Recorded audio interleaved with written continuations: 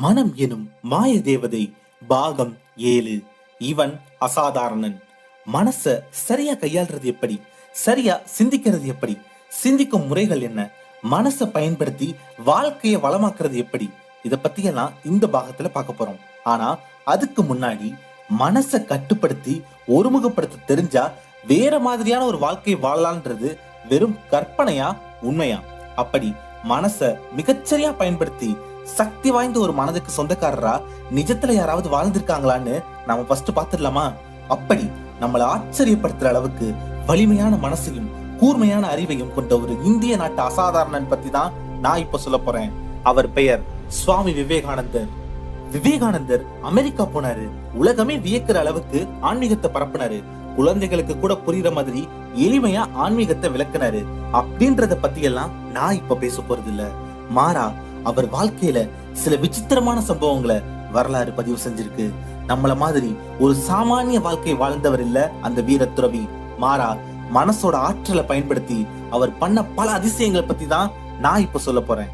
விவேகானந்தர் அவர்களுடைய புத்தகம் படிக்கக்கூடிய ஆற்றலை பத்தி நீங்க கேள்விப்பட்டிருக்கீங்கன்னு நான் நம்புறேன்.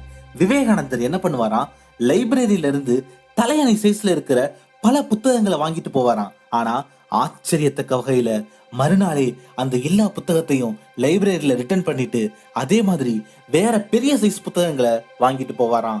ஒரு சாமானிய மனிதன் அந்த புத்தகங்களை எல்லாம் படிச்சு முடிக்க குறைஞ்சது 1 மாசமாவது ஆகும். ஆனா இவர் ஒரே நாள்ல அதை படிச்சு முடிச்சுட்டு திருப்பி கொடுத்தது எப்படி? பொறுத்து பார்த்த அந்த நூலகத்தோட லைப்ரரியன் ஒரு நாள் விவேகானந்தரை பார்த்து கேட்கிறாரு, ஐயா, நீங்க என்ன ஏதாவது சீன் போடுறதுக்கு இத்தனை புத்தகங்களை வாங்கிட்டு போறீங்களா? இல்ல தெரியாம தான் கேக்குறேன், ஒரே நாள்ல எப்படி இத்தனை புக்க படிக்க முடியும்னு கேட்டாரு அந்த நூலகத்தார். விவேகானந்தர் அவரை பார்த்து சிரிச்சுட்டு, சரி நீங்க இந்த புத்தகத்துல இருந்து என்ன சந்தேகம் என்ன கேளுங்கன்னு சொன்னாரு. அவர் கேள்வி கேட்டப்ப அந்த புத்தகத்துல இருக்கிற வரிகளை அப்படியே சொன்னதோட இல்லாம அந்த பேஜ் நம்பரையும் சேர்த்து சொன்னாரு விவேகானந்தர். வாயடிச்சு போயிட்டாரு அந்த லைப்ரரியன். மறுபடியும் வேற ஒரு புத்தகத்துல இருந்து வேற ஒரு கேள்வி கேட்கிறாரு அந்த லைப்ரரியன். அதுக்கும் சரியான விடைய சொல்றாரு விவேகானந்தர். இந்த தடவை மிரண்டே போயிட்டாரு அந்த லைப்ரரியன். ஒரு சாதாரண மனிதனால இப்படியெல்லாம் வாசிக்க முடியுமா? இது எப்படி சாத்தியம்னு எனக்கு சொல்லுங்கன்னு கேட்டார் அந்த லைப்ரரியன். அதற்கு விவேகானந்தர் என்ன சொன்னார் தெரியுமா? இது அப்படி ஒன்னும் பெரிய ஆச்சரியமான விஷயம்லாம் இல்ல, மனசை ஒருமுகப்படுத்த தெரிஞ்சா இதை யார் வேணும்னா தாராளமா பண்ணலாம்னு சொன்னார் விவேகானந்தர். மனசை ஒருமுகப்படுத்தினா இப்ப இதை கேட்டுட்டு இருக்கிற உங்களால கூட இதை பண்ண முடியும். விவேகானந்தருடைய இந்த ஆச்சரியமான திறமை அவர் வாழ்க்கையில பல இடங்கள்ல வெளிப்பட்டிருக்கிறது அவருடைய வரலாறு முழுசா தெரிஞ்சவங்களுக்கு தெரியும். இன்னொரு ஆச்சரியமான சம்பவம் சொல்றேன் பாருங்க. ஒரு தடவை வெளிநாட்டுல ஒரு நண்பரை பாக்குறதுக்காக அவர் வீட்டுக்கு போயிருந்தாரு விவேகானந்தர். ஆனா அந்த நண்பர் வீட்டுல இல்ல. சரி, அவர் வர ஏதாவது புக்கு படிக்கலான்னு அவரோட செல்ஃப்ல இருந்த புத்தகங்களை பார்வையிடுறாரு. அதுல ஒரு பெரிய சைஸ் புக்கை எடுத்து பார்த்துட்டு, ஆகா, நம்முடைய நண்பர் இது ஒரு மிகச்சிறந்த புத்தகம்னு பல தடவை சொல்லியிருக்காரே, சரி இந்த புக்ல அப்படி என்ன கருத்துக்கள் இருக்குன்னு பாக்கலான்னு அந்த புத்தகத்தை எடுத்து படிக்கிறாரு விவேகானந்தர். கொஞ்ச நேரம் கழிச்சு அவருடைய நண்பர் திரும்ப வீட்டுக்கு வந்துடுறாரு. அப்போ விவேகானந்தர் அவர்கிட்ட சொல்றாரு, நண்பரே, நீங்க சொல்ற மாதிரி இந்த புத்தகத்துல உள்ள கருத்துக்கள்லாம் அப்படி ஒன்னும் ரொம்ப ஸ்பெஷலாலாம் இல்லையேன்னு சொல்றாரு. உடனே நண்பர் அதிர்ந்து போய், நீங்க எப்ப இந்த புத்தகத்தை படிச்சீங்கன்னு கேட்டாரு. நீங்க வர வெயிட் பண்ணிட்டு இருந்தேன்ல, அந்த டைம்ல தான் இந்த புக்கை முழுசா படிச்சு முடிச்சேன்னு சொல்றாரு விவேகானந்தர். அந்த நண்பர் நம்பல.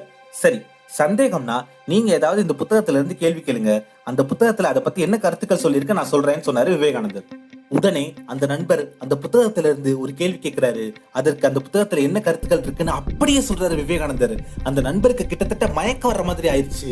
இது கேட்டுட்டு இருக்கிற நமக்கே இவ்வளவு திகைப்பா இருக்கே, அப்ப அந்த சம்பவத்தை நேர்ல பார்த்த அந்த நண்பருக்கு எவ்வளவு வியப்பா இருந்திருக்கும். அந்த நண்பர் இவ்வளவு திகைக்கிறதுக்கு இன்னொரு முக்கியமான காரணமும் இருக்குங்க. அது என்ன காரணம்னு இந்த வீடியோவோட எண்டுல சொல்றேன். பொதுவாவே சின்ன வயசுல இருந்தே மனசை ஒருமுகப்படுத்துறது, தியானம், இதுல எல்லாம் பயங்கர ஆர்வம் கொண்டவரா இருந்திருக்காரு விவேகானந்தர். சின்ன வயசுல அவர் விளையாட போனா கூட திருமுனையில எங்கேயாவது ஓரமா போய் உட்கார்ந்து தியானம் பண்ண ஆரம்பிச்சிருவாராம். அப்படி அவர் தியானம் பண்ண ஆரம்பிச்சுட்டா தன்னை சுத்தி இப்ப என்ன நடக்குது, எவ்வளவு நேரமா இங்க உட்கார்ந்து இருக்கோம் அப்படின்றதே மறந்து தியானம் பண்ணிக்கிட்டே இருப்பாராம்.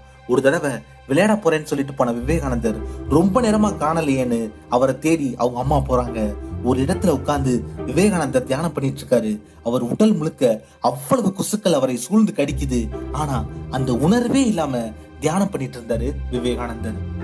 பொதுவாவே ஆன்மீகத்துல ஒரு விஷயம் உண்டு, அதுல ஆழ்ந்து செல்ல செல்ல மனசோட அளப்பரிய சக்தி பல சித்து வேலைகளை செய்ய ஆரம்பிக்கும். அந்த சித்து வேலைக்கு மயங்கி தன்னுடைய ஆன்மீக பாதையை கோட்டை விட்டவங்க பல பேர் இருக்காங்க.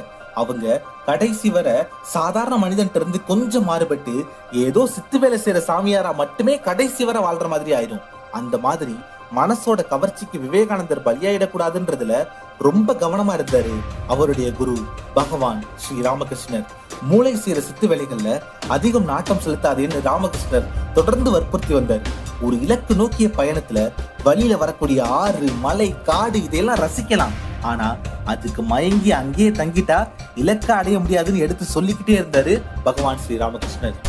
பொதுவாவே சிறந்த ஞானிகள் அதிசயங்களை, அற்புதங்களை பண்ண பிரியப்படவே மாட்டாங்கங்க. அதுக்கு ரெண்டு காரணம் இருக்கு. ஒண்ணு, இந்த மந்திர வேலைகள்ல எல்லாம் நாட்டம் போனா தன்னை முழுமையாக அறியக்கூடிய ஆன்மீக பயணத்துல இலக்கை தவற விட நேரிடும். அது ஒரு காரணம். ரெண்டாவது காரணம் ரொம்ப ரொம்ப நுட்பமானது. வாழ்க்கை பத்தி ஆழமா புரிய புரிய அவங்களுக்கு அற்புத செயல், சாதாரண செயல் ரெண்டும் வெவ்வேறு இல்ல, ரெண்டுமே ஒண்ணுதான்ற புரிதல் ஏற்படும். நாம பார்க்கக்கூடிய எல்லா செயல்களுமே அற்புதம் தான். நமக்கு நல்லா புரிஞ்சத சாதாரண செயல்னு சொல்றோம், நமக்கு புரியாதத அற்புதம்னு சொல்றோம். அவ்வளவுதான். சில 100 வருஷத்துக்கு முன்னாடி யாராவது பூமியோட அடுத்த முனையில இருக்கிறவங்கள கூட இங்க இருந்தே தொடர்பு கொள்ள முடியும்னு சொன்னா அத அப்போ அற்புதம்னு சொல்லியிருப்பாங்க. ஆனா இன்னைக்கு அது ரொம்ப ரொம்ப ஒரு சாதாரண செயல். அப்போ ஞானிகளை பொறுத்தவரை ரெண்டே பார்வைதான். ஒண்ணு, எதுவுமே அற்புதம் இல்ல, எல்லாமே இயல்பானதுதான். அல்லது எல்லாமே அற்புதம் தான், எதுவுமே சாமானியமானது இல்ல. பகவான் ஸ்ரீ ராமகிருஷ்ணர் அற்புதங்கள் செய்யறதுல ஆர்வம் இல்லாம இருந்தாரு. ஒரு தடவை ஸ்ரீ ராமகிருஷ்ணர் அவர்கள் அவரோட சீடர்களோட பேசிட்டு இருக்கும்போது ஒரு சீடர் வேகமா ஓடி வந்தாரு. சுவாமி, ஒரு அற்புதம்! நம்ம ஊருக்கு தண்ணியில நடக்கக்கூடிய ஒரு யோகி வந்திருக்காரு. ஆத்தோட இந்த கரையில இருந்து அடுத்த கரைக்கு நடந்தே